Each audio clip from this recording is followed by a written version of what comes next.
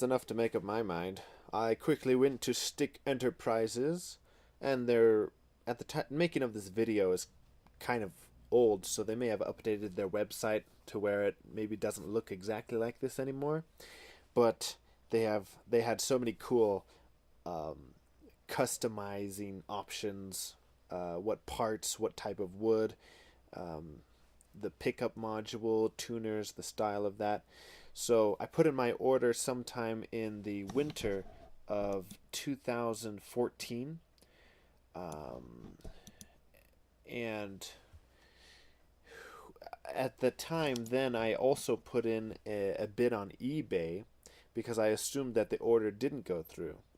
But it actually did, and I won the eBay auction, so I ended up with a 12-string grand Chapman stick and also a 10-string Chapman stick that I ordered new from the Stick Enterprises in California. And I'm a keyboard player primarily, started out practicing piano, and it got me thinking maybe I could play a one-handed guitar solo and hold down a chord on the piano at the same time, kind of do double duty.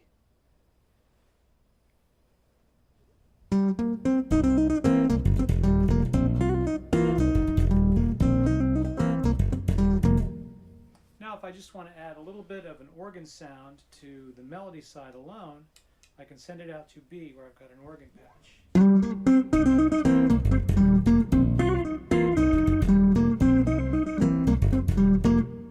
Or if I wanted to have that sound on the bass side, like this.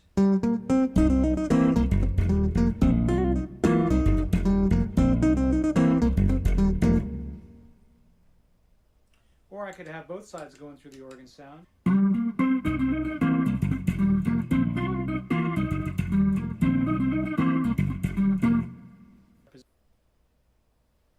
Position, so that all you need to do is step once to change an output channel. So here I've got my melody side going through the clean sound. I step on it once, and now it's going through the organ sound. Or I can mute it, or have both.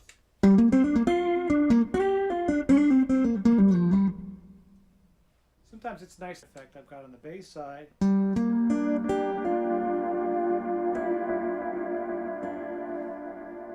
Bass strings are on there. It kind of blew my mind that a guitar could make sounds other than a guitar. So they have that cool organ rotary simulator in that video, and that was made by the Boss effects processor. I think it's the SE70, and that kind of got me into buying and selling gear. It was the first piece of gear I bought on Reverb, and I had it long before any of the Chapman sticks arrived, and it came with a low battery. But when the Chapman stick did arrive, I kind of brought it into my room, turned on the camera, and it's a super cool package with a super cool bag, the Chapman stick inside the bag, and I love the bag.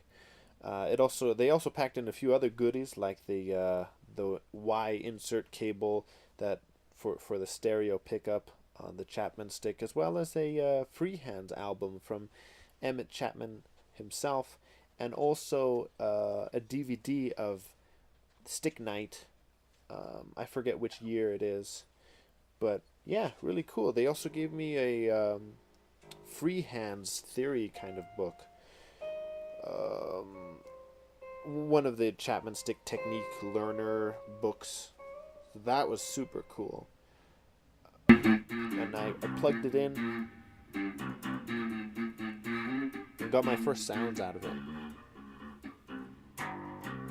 I was terrible at the beginning. Still am. Can't play it worth a lick.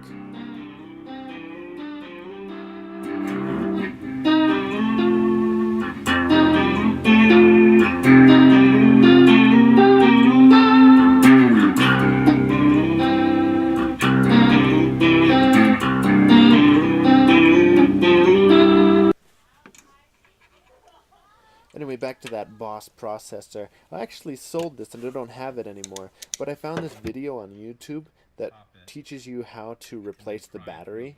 There's just that one of those big like watch batteries, those flat things, and there's this nice socket when you unscrew the lid. I think there's 2 screws on either side, and you lift that metal case up, and it's very easy to switch the battery out if ever it's going dead, because that battery will save all of your settings and presets and keep it up and running and functional while the unit is turned off. Kind of like how a computer keeps time. And of course, that's not anything new to electronics. They've been doing that since,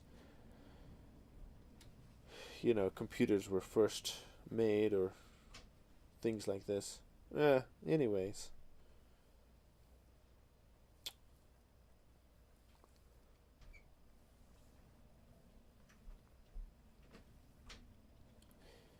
I don't see any of these processors much nowadays. In fact, I was lucky to get this one and have it for a while. Tried it out. Pretty cool. Didn't really understand it because I was new to the whole thing.